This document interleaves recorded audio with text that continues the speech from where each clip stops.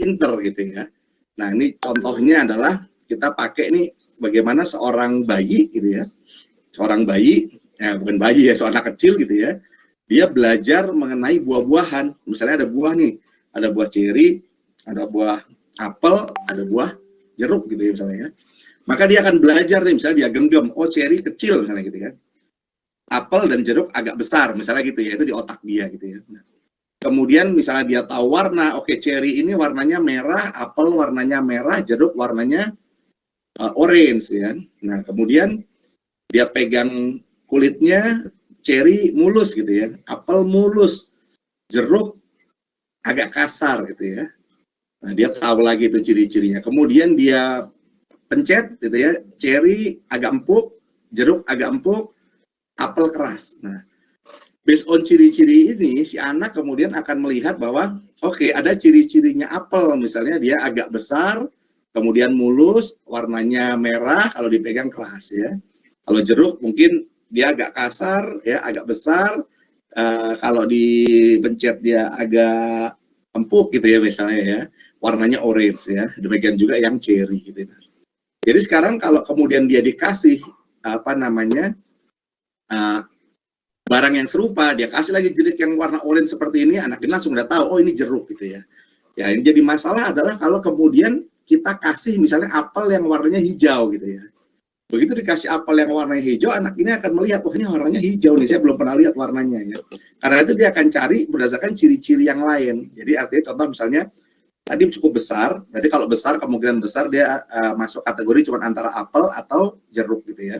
Kulitnya mulus, udah pasti bukan jeruk gitu ya. Dipegang keras, oh dia makin yakin ini apel ya.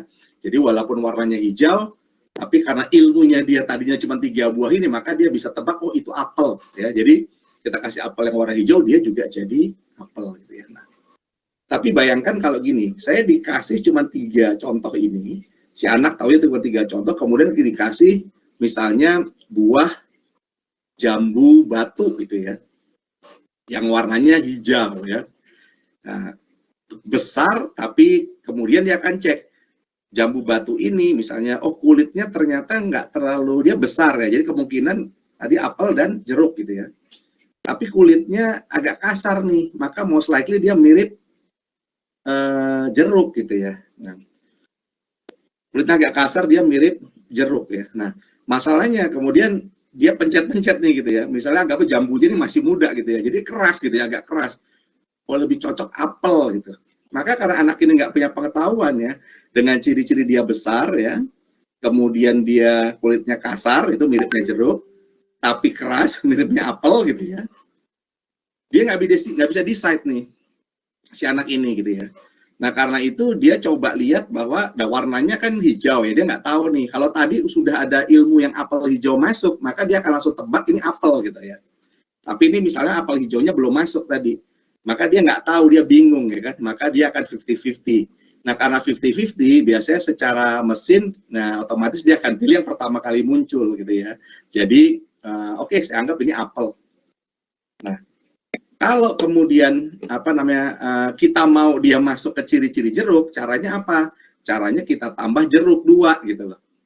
Jadi kalau ciri-ciri ini lebih cocok ke apel, tapi apel dia cuma punya 1, tapi kemudian jeruk itu ada 2, maka dia akan pilih ke jeruk. Nah jadi AI itu konsepnya agak sama dengan cara ini, jadi bisa dimanipulasi. Jadi yang ilmunya itu bisa masuk, yang kategori bisa masuk ke 2 tempat, sebenarnya kita bisa punya kemampuan untuk memanipulasi nantinya ya. Cuma nanti kita belajarnya nanti ya. Itu biasanya kalau kita sebut sebagai undersampling gitu ya. Jadi artinya datanya tidak berimbang, apa yang harus kita lakukan dan sebagainya. Nah, tapi gini, bagaimana tahunya bahwa itu adalah sebetulnya jambu batu gitu ya? Maka akhirnya si anak kecilnya harus dikasih tahu sama ibunya misalnya.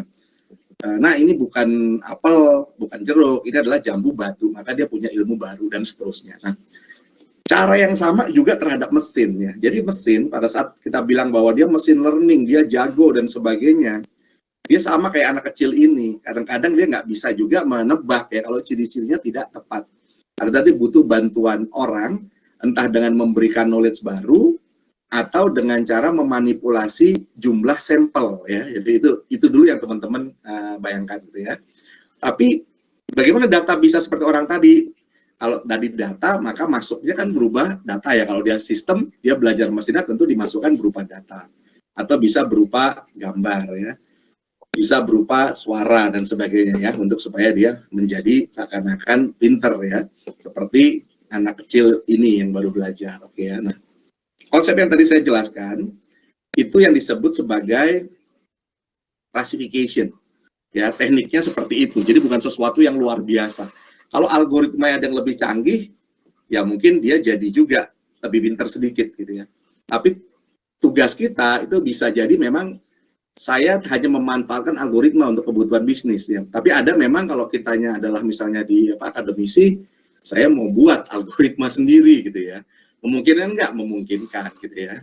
Tapi kalau kita most likely karena kita sebagai orang bisnis, maka kita hanya menggunakan algoritma yang memang sudah ada atau sudah proven atau sudah menjadi library ya. Pertanyaannya kalau toolsnya macam-macam, resultnya sama nggak?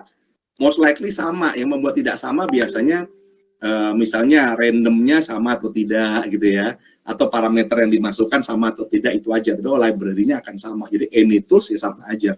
Mau pakai yang coding, pakai Python, pakai R, nanti pakai KNIME ya, atau yang pakai SPSS modeler ya, atau yang pakai misalnya yang lain ya, yang apa, misalnya H2O dan sebagainya, ya sama aja karena algoritmanya adalah algoritma yang memang sudah terstandarisasi dan biasanya bentuknya sudah library. Oke, ini untuk yang basic dia belajar classification.